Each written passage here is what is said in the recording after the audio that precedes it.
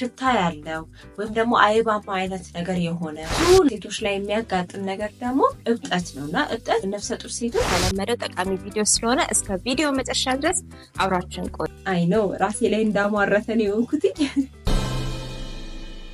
ነፍሰ ጡር ከሆናችሁ ወይም ደግሞ ነፍሰ ጡር ሴት ካወቃችሁ ይሄ ቪዲዮ ለእናንተ ነው። ዛሬ በእርግዝና ጊዜ የሚታዩ አፋጣኝ የሕክምና እርዳታ እንደሚያስፈልግ የሚጠቁሙ 3 አደገኛ ምልክቶችን ነግራችኋለሁ። እስከ ቪዲዮ መጨረሻ ድረስ አብራችሁን ቆዩ። የመጀመሪያው ጤናማ ያልሆነ የማህፀን ፈሳሽ ነው። በእርግዝና ጊዜ ነጭ ወፈር ያለ ምንም አይነት ሽታ የሌለው የማህፀን ፈሳሽ ይኖራል። ይሄ ኖርማል ነው፣ የሚያሳስብ ነገር አይደለም። አንዳንድ ጊዜ እርግዝና እየገፋ በሄደ ቁጥር ደግሞ ፈሳሹ ትንሽ የመጨመር ነገር ሊያሳይ ይችላል። ይሄ ምንም የሚያሳስባችሁ ነገር አይደለም።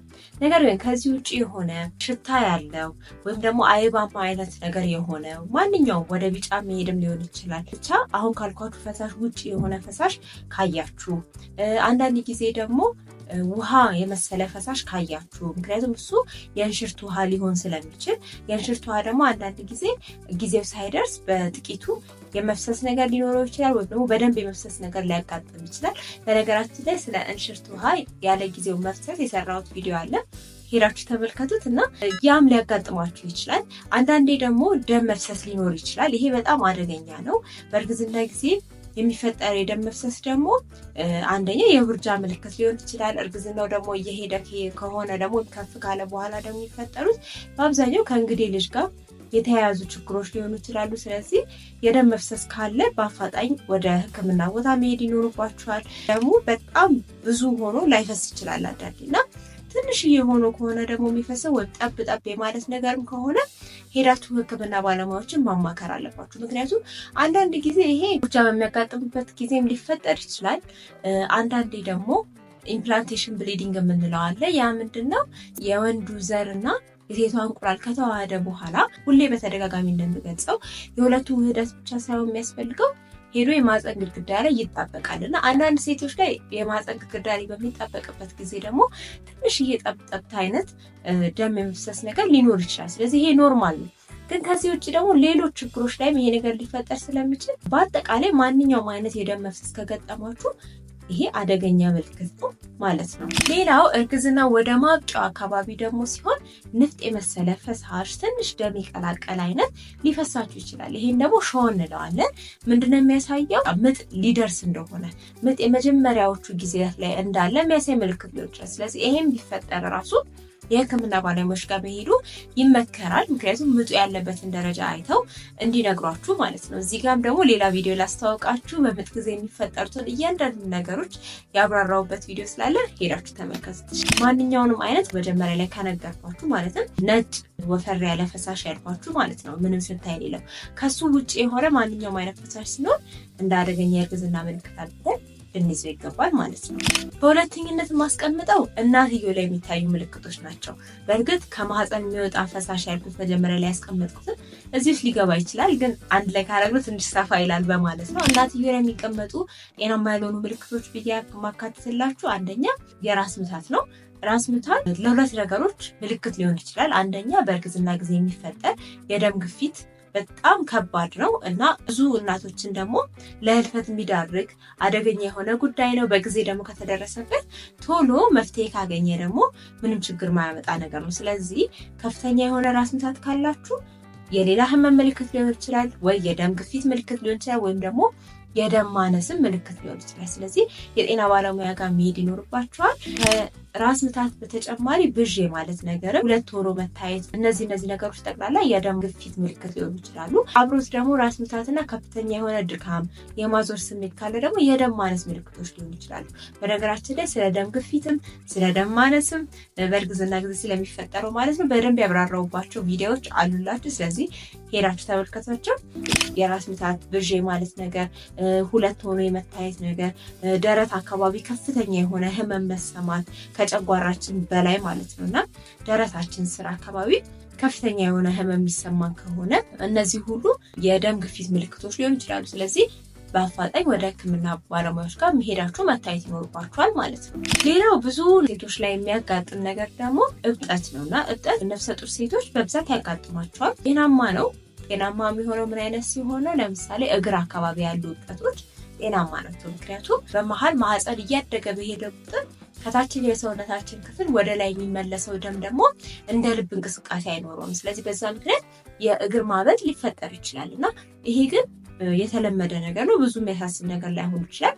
ከፈለጋችሁ የጤና ባለሙያ ብታማክሩ ደስ ይለኛል። ግን በጣም የሚያስጨንቃችሁ ነገር አይደለም ማለት ነው። ከዚህ ውጭ ግን በድንገት የተፈጠረ ማለት ከዚህ በፊት ያልነበረ በድንገት የተፈጠረ እብጠት ካለ፣ የእግር እብጠት ካለ፣ እንዲሁም ደግሞ የፊት ማበጥ፣ የእጅ ማበጥ ካለ፣ እንዲሁም አይን ዙሪያ አካባቢ ማበጥ ካለ እነዚህ ነገሮች ደግሞ ቅድም ያልኳችሁ የደም ግፊት ምልክት ሊሆኑ ይችላሉ። ይሄ ደግሞ በጣም አደገኛ ነገር ስለሆነ በፍጥነት የሕክምና ባለሙያዎች ጋር ሄዳችሁ መታየት ይኖርባችኋል ማለት ነው። ከዛ በተጨማሪ ደግሞ አንዳንድ ጊዜ አንደኛው እግራችሁ ሙሉ ለሙሉ ጤናማ ይሆንና ሌላኛው እግራችሁ ላይ ብቻ ያለ ሲነካ በጣም ህመም ያለው አይነት እብጠትም ከሆነ ይሄ ደግሞ በደም ስሮች ውስጥ ያለ የደም መርጋት ህይወትንም አደጋ ላይ ሊጥል የሚችል ማለት ነው። ስለዚህ እንደሱ አይነት ምልክት ሊሆን ስለሚችል በፍጥነት ወደ ጤና ባለሙያዎች ጋር ሄዳችሁ መታየት አለባችሁ ማለት ነው። ከዚህ ውጭ ግን እግር አካባቢ ላይ ያለ እብጠት ከሆነ በብዛት ቆማችሁ ከነበረ ወይ ደግሞ ረጅም መንገድ ከሄዳችሁ በኋላ እግራችሁን ዘቅዝቃችሁ ከነበረ ረጅም ሰዓት ተቀምጣችሁ ምናምን ከዛ በኋላ የሚያብጥ ከሆነ ይሄ አብዛኞቹ የነፍሰ ጡር ሴቶች ላይ የሚገጥም ነው። የሚያስጨንቅ ነገርም አይደለም። ለመቀነስ ከፈለጋችሁ ደግሞ ትራስ ታደርጉና እግራችሁን ከፍ ያለ ነገር ላይ መስቀል፣ ትራስ ላይ መስቀል፣ በምትቀመጡበት ጊዜ ወይ አልጋ ላይ መስቀል ይህንን ነገር ሊቀንስላችኋል ማለት ነው። ከዚህ ውጪ የሆነ እብጠት ግን በተለይ እንዳልኩት አሁንም ደግሞ አለው ፊት ላይ አይን ዙሪያ ያሉ እብጠቶች ግን አደገኛ ምልክቶች ስለሆኑ የጤና ባለሙያ ሄዳችሁ ማማከር አለባችሁ ማለት ነው። ሌላው ነፍሰ ጡር ሴቶች ላይ የሚታይ አደገኛ ምልክት ደግሞ የቆዳ ወደ ቢጫ መቀየር እንዲሁም ደግሞ የአይን ወደ ቢጫ መቀየር ነው። ይሄንን ጃውንዲስ እንለዋለን። ከጉበት ጋር ያለ ችግርን የሚያመለክት ነው። ስለዚህ ጤና ባለሙያዎች ጋር ሄዳችሁ ማማከር ይኖርባችኋል ማለት ነው። ሌላው በተጨማሪ ደግሞ ከፍተኛ የሆነ ማስመለስ፣ በእርግዝና ጊዜ ማስመለስ በጣም የተለመደ ነገር፣ ብዙ ሴቶች የሚያጋጥማቸው ነገር ነው። ይሄ ደግሞ አንደኛ ከሆርሞን ጋር ተያይዞ ለሽታ ሴንሲቲቭ ከመሆን ጋር ተያይዞ የሚመጣ ነገር ነው። ከዛ በተጨማሪ ደግሞ ሆዳችን እየገፋ በሚሄድበት ጊዜ ጨጓራችን ስለሚጫነው፣ በእርግዝና ጊዜ የሚፈጠሩ ሆርሞኖች ደግሞ ኤሶፋጂያል ስፊንክተር የምንለው ማለትም ወደ ጨጓራችን መግቢያ ላይ ያለ ቦታ ማለት ነው። ስለዚህ እሱን ቦታ እንዲላላ ስለሚያደርገው በቀላሉ ለማስመለስ የተጋለጥን ወይም የተቃረብን እንድንሆን ሊያደርገን ይችላል። ይሄ እንግዲህ ሞርኒንግ ሲክነስ የምንለው ማለትም ጠዋት ላይ በብዛት የሚፈጠር የማስመለስ አይነት የተለመደ ነው። ያንን ደግሞ በነገራችን ላይ በደንብ አድርጌ የሰራሁበት ቪዲዮ አለ። አሁን ሄዳችሁ ስለሱ መመልከት ትችላላችሁ። ያንን ለመቀነስ ደግሞ ቶሎ ትንሽ ምግብ መብላት እንዲሁም ደግሞ ደረቅ ነገሮችን መብላት፣ ቅባት ያለባቸው ምናምን ምግቦችን አለማብዛት፣ እነዚህ ነገሮች ሊረዷችሁ ይችላሉ። ተጨማሪ ነገሮችንም እዚህኛው ቪዲዮ ላይ ስላለላችሁ ሄዳችሁ ትመለከቱት ደስ ይለኛል። ግን ከዚህ ውጪ የሆነ በቀን ከ3 ጊዜ በላይ የሚያስመልሳችሁ ከሆነ፣ በጣም ከፍተኛ የሆነ የድካም ስሜት የሚሰማችሁ ከሆነ ሄዳችሁ የጤና ባለሙያዎች ጋር ብትታዩ ጥሩ ነው ማለት ነው። በሶስተኝነት የማስቀምጠው የልጃችሁ እንቅስቃሴ መቀነስ ነው። የልጅ እንቅስቃሴ ቀነሰ የምንለው መቼ ነው የሚለውን ነገር ስንመለከት እንግዲህ እንደየሰው እንደያለንበት እርግዝና ይለያያል። አብዛኛው ከ16 ሳምንት እስከ 20 ሳምንት ባለው ጊዜ ውስጥ የልጃችንን እንቅስቃሴ መስማት እንጀምራለን። የመጀመሪያ እርግዝና ከሆነ 20 ሳምንት ወይም 5 ወር ከሆነም በኋላ ነው በደንብ ፊልም የምናደርገው ወይም ስሜቱን የምናውቀው ማለት ነው። ወይም የልጃችን እንቅስቃሴ የሚታወቀን የሁለተኛ እርግዝናና ከዛ በላይ ከሆነ ደግሞ የበለጠ ይሄን ስሜት ስለምናውቀው ገና ከ16 ሳምንት ጀምሮ ይሄንን ነገር ሊሰማን ወይም ልናውቀው እንችላለን ማለት ነው። ስለዚህ እንዳልኳችሁ ይሄ ከሰው ይለያያል። ግን አንደኛ የልጃችን እንቅስቃሴ ብዙ ጊዜ አክቲቭ ሆናችሁ ለመረዳት መሞከር ይኖርባችኋል። ስለዚህ ከተለመደው የተለየ አይነት ለምሳሌ አሁን ልጆች ማህፀን ውስጥም ሆነው ረጅም ሰዓት የሚተኙበት ሰዓት ይኖራል፣ ደግሞ አክቲቭ የሚሆኑበት ጊዜ ይኖራል።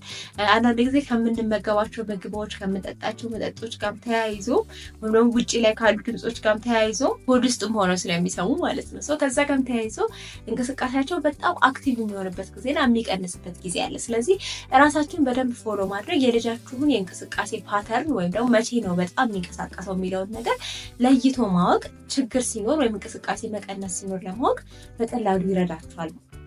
ስለዚህ ሳይንሱ ግን የሚያስቀምጠው ምንድነው? ጤናማ ከሆነ በ2 ሰዓታት ውስጥ እስከ 10 እንቅስቃሴዎችን እንድንሰማ ይጠበቃል ማለት ነው። ይሄንን ደግሞ ምን ማለት ትችላላችሁ? ጥሩ የሆነ ኤንቫይሮንመንት፣ እረፍት ልታደርጉ የምትችሉበት ቦታ መርጣችሁ ወይም ሰዓት መርጣችሁ በጎናችሁ ትተኙና አረፍ ብላችሁ የልጃችሁን እንቅስቃሴ ትከታተላላችሁ ማለት ነው። ስለዚህ በ2 ሰዓት ውስጥ ምን ያህል ጊዜ ተንቀሳቀሰ የሚለውን መቁጠር ወይም ደግሞ እንቅስቃሴዎችን 1 2 እያላችሁ እየቆጠራችሁ 10 እንቅስቃሴ ለመንቀሳቀስ ምን ያህል ሰዓት ይወስድበታል የሚለውን መመልከት ትችላላችሁ ማለት ነው። ስለዚህ በዛ እንቅስቃሴው ላይ ለውጥ አለ የለም የሚለውን ማወቅ ትችላላችሁ። የበለጠ ግሪ ላያብል የሚሆነው ደግሞ ምንድነው በየቀኑ ያለውን እንቅስቃሴ እናንተ ከተረዳችሁት። ለምሳሌ እንግዲህ በራሴ ምሳሌ ብሰጣችሁ በቅርቡ ነው እንግዲህ ሁለተኛ ልጄን የወለድኩትና በተለይ ወደ ማታ አካባቢ ላይ ከ12 ሰዓት ምናምን በኋላ ወደ ማታ አካባቢ ላይ በጣም አክቲቭ ሆና ትንቀሳቀስ ነበር ውስጥ እያለች እና 34ኛው ሳምንት አካባቢ ላይ በሚገርም ሁኔታ እንቅስቃሴዋ ቀነሰብኝ ማለት ነው። እና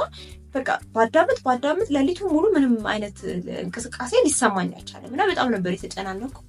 ከዛ በነጋታው በጠዋት እንግዲህ ወደ ጤና ባለሙያዎች ጋር ነበር ጊዜ እና አጋጣሚ ሆኖ እኔ ራሴ ፊል አላረኩትም እንጂ ለካ ጊዜው ሳይደርስ የሚመጣ ምጥ አይነት ስሜቶች ነበሩኝ እና ያንን ግን እኔ አላስተዋልኩትም። ቀኑን ሙሉ በተለያየ ስራ ቢዚ ነበርኩኝ ምናምን እና ጭራሽ ያላሰብኩት ነገር ነበር ለካ ማህፀኔ ሲኮማተርና ሲዘረጋ ነበር። እኔ ግን የመሰለኝ የልጄ እንቅስቃሴ አድርጌ ያሰብኩት ያን ያህል ትኩረት አልሰጠሁትም። ምክንያቱም እንዳልኳችሁ በጣም ቢዚ ሆኜ ነበር የዋልኩት የዛን ቀን ማለት ነው። እና አሁን እርጉዝ ሆናችሁ ይህን ቪዲዮ እያያችሁ ያላችሁ ሰዎች ከሆናችሁ ደግሞ ትረዱኛላችሁ። አንዳንዴ እንቅስቃሴ ስታበዙ ረዥም ሰዓት ስትቆሙ ምናምን የውሸት ምጥ የሚባል ነገር ፊል እናደርገዋለን አይደለ? ያንን ደግሞ በነገራችን ላይ ስለ ውሸት ምጥም የሰራሁት ቪዲዮ አለ፣ ይሄኛው ቪዲዮ ማለት ነው። ከፈለጋችሁ ሄዳችሁ ተመልከቱት። እና እንደዛም ነገርም መሰለኝ የሆነ ማለት እውነት ለመናገር የውሸት ምጥም ይሆናል ብዬም ኤክስፔክት አላደረኩኝም። እንዳልኳችሁ በጣም ቢዚ ስለነበርኩኝ ጀስት እንቅስቃሴ አድርጌ ያሰብኩት ግን እንቅስቃሴው ተለይቶብኛል። ስለዚህ የውሸት ምጥ ነው ምናምን እያልኩ ነው ያልኩት። ከዛ ወደ ማታ አካባቢ ላይ ግን ልክ ረፍት ሳደርግ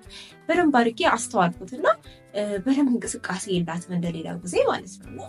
ያው በማግስቱ በጠዋት በሚሄድበት ጊዜ የሆነው ምንድነው ለካ እውነተኛ ምጥ ጊዜው ሳይደርስ ማለት ነው እየጀመረ ነበረ። እና በነገራችን ላይ ስለዚህ ጉዳይ ቲክቶክ ላይ ገልጬዋለሁ እና እዚህ የተፈጠረ በጣም አስገራሚ አጋጣሚ ነው በህይወቴ ማለት ነው። ምክንያቱም ቀን ላይ የሆነ ቪዲዮ እየሰራው ነበረ። የሰራው የነበረው ቪዲዮ ደግሞ ስለ ጊዜው ሳይመጣ ስለሚመጣ ምጥ ነበርና የሆኑ ሶሻል ሚዲያ ላይ በጣም የሚታወቁ ጥንዶች ጊዜው ሳይደርስ ምጥ መጥቶባቸው ከዛ በኋላ ያው ቀደም ብለው ቢሆን ልጃቸውን እንደታቀፉ አናውንስ ሲያደርጉ ሳይ ኦኬ ለምን ስለዚህ ጉዳይ ቪዲዮ አልሰራም ብዬ ቀን ስዋከብ ነበር ያልኳችሁ ቀን ማለት ነው። በቃ በተለያዩ ነገሮችን ቢዚ ነበርኩኝ። ከዛ ደግሞ እንደምንም ደግሞ ሰዓት አመቻችቼ ይሄኛው ቪዲዮ ሰርቼ ነበር። እነዚህ ጥንዶች ይሄ የመጀመሪያ ልጃቸው የተወለደው ገና በ33 ሳምንት ያለ ጊዜው በመጣ ምጥ ምክንያት እንደሆነ ስላሳወቁ እኔ ደግሞ ጥቂት ነገሮችን ስለዚህ ጊዜው ሳይደርስ ስለሚፈጠር ምጥ በተለይ ደግሞ ይህንን ጊዜው ሳይደርስ የሚፈጠር ምጥን መከላከል ስለምንችልባቸው መንገዶች ላወራችሁ ስለፈለኩ ነው ዛሬ ስለዚህ ነገር ያነሳሁት ማለት ነው። እንደተለመደው ጠቃሚ ቪዲዮ ስለሆነ እስከ ቪዲዮ መጨረሻ ድረስ አብራችሁን ቆዩ። አይ ነው ራሴ ላይ እንዳማረተ ነው የሆንኩት። ምክንያቱም የዛን ቀን ማታ ነው አሁን እንዳልኳችሁ የልጄ እንቅስቃሴ እንደቀነሰ ፊል ያደረኩት ማለት ነው። ልክ ረፍት ሳደርግ እንዳልኳችሁና ከዛ ሄጄ በማግስቱ በምታይበት ጊዜ እኔ ላይ ራሱ ከጊዜው የቀደመ ምጥ ገጥሞኝ ነበር ማለት ነው። ነገር ግን እግዚአብሔር ይመስገን አስፈላጊ ነገር ሁሉ ተደርጎልኝ ምጡ እንዲቆም ተደርጎ ማለት ነው። ከዛ በኋላ ይሄ ነገር በተፈጠረ ከ1 ወር በኋላ ትክክለኛ ምጥ ድጋሚ ጀምሮኝ ከዛ በኋላ በሰላም ተገላግያለሁ ማለት ነው። አሁን ልጄ 6 ወር ሆኗታል ማለት ነው። ስለዚህ ይሄ ነገር በጣም በቃ ራሴ ላይ ሳማረጥኩ እንዲሁ ዳስ ብሎኛልና ኤኒዌይስ ብቻ ምን ልላችሁ ፈልጌ ነው የልጃችሁ እንቅስቃሴ በሚቀንስበት ጊዜ ያንን ነገር ኖቲስ ማድረግ በጣም ቀላል ነገር አይደለም፣ በጣም ወሳኝ ነገር ነውና ልጃችሁ ላይ የተለያየ ችግር እንደተፈጠረ የሚያሳይ ምልክት ሊሆን ይችላል። እርግዝና ላይ ችግር እንደተፈጠረ የሚያሳይ ምልክት ሊሆን ይችላል። ስለዚህ በደንብ አድርጋችሁ አሁን ነፍሰ ጡር ሆናችሁ እያያችሁ ከሆነ ይሄ ቪዲዮ ምንድነው የልጄ ኖርማል ፓተርኑ ምን አይነት ነው፣ በምን ያህል ጊዜ ላይ በጣም ፈጣን እንቅስቃሴ ይኖረዋል፣ መቼ ደግሞ ቀዝቀዝ ይላል የሚለውን ነገር ለይታችሁ ወቁ ማለት ነው። ስለዚህ እንግዲህ 3 ቦታ ከፋፍዬ በእርግዝና ጊዜ የሚታዩ አደገኛ ምልክቶች ምንድናቸው የሚለው ዙሪያ ላይ የሰራሁላችሁ ቪዲዮ ይሄንን ይመስላል። እዚህ ጋር ግን በጣም ላስታውሳችሁ የምፈልገው ነገር እነዚህ ምልክቶች ባይኖሩ ራሱ አንዳንድ ጊዜ ጥሩ ያልሆነ ስሜት ሊሰማን ይችላል። ማለት እንዴት ልበላችሁ፣ ምንም ቢሆን ከእናንተ በላይ ስለ ልጃችሁ ወይም ስለ እርግዝናችሁ የሚያውቅ ሰው እንደሌለ ማወቅ አለባችሁ። ጥሩ ያልሆነ ስሜት ሲባል የድብርት ስሜት ምናምን ብቻ ሳይሆን ጀስት በቃ የሆነ ችግር እንዳለ የሚሰማችሁ አይነት ከሆነ ጤና ባለሙያዎች ጋር ሄዳችሁ ብትታዩ ደስ ይለኛል። መታዩ የተሻለ ነው። ምክንያቱም አንዳንድ ጊዜ እነዚህ ምልክቶች ራሱ ባይኖሩ የሆነ ችግር ተፈጥሮ ሊሆን ስለሚችል ማወቃችሁ ጥሩ ነው ማለት ነው። ከዚህ ውጭ ግን ዛሬ የጠቀስኳቸው ምልክቶች ካያችሁ ደግሞ ምንም ሳታመነቱ በቶሎ የቀጠሮ ቀጠናችሁ እንኳን ባይደርስ የሕክምና ባለሙያዎች ጋር ሄዳችሁ መታየት አለባችሁ ማለት ነው። ለማታውቁኝና አዲስ ለሆናችሁ እኔ ስሜ ረዴት እንዳሉ ይባላል። በሙያዊ ሚድዋይፍ ነኝ። በዚህ ቻናል ላይ ስለ እርግዝና፣ ስለ ህፃናት ጤና፣ ስለ ወሊድ፣ ስለ ቤተሰብ ምጣኔ፣ በአጠቃላይ ስለ ስነ ተዋልዶ ጤና የማወራበት ቻናል ነው። ስለዚህ ትጠቀሙበታላችሁ። እስካሁን ሰብስክራይብ ካላደረጋችሁ ሰብስክራይብ አድርጉ፣ ላይክ አድርጉ፣ ለሌሎችም ደግሞ ሼር በማድረግ ይሄንን ቪዲዮ አድርሱ። ማን እንደምትጠቅሙ አይታወቅም። ስለዚህ ሼር አድርጉት። ዛሬ መጥቀስ የነበረብን ግን ያለፍኩት ጥያቄ የፈጠረባችሁ ነገር ካለ ወይም ደግሞ በቀጣይ እንዲሰራላችሁ የምትፈልጉት ቪዲዮ ካለ እንደተለመደው ኮመንት ላይ አስቀምጡልኝ። ለዛሬ ያዘጋጀሁላችሁ ይህን ይመስል ነበር። በቀጣይ ቪዲዮ እስከምንገናኝ ድረስ ቻው ቻው።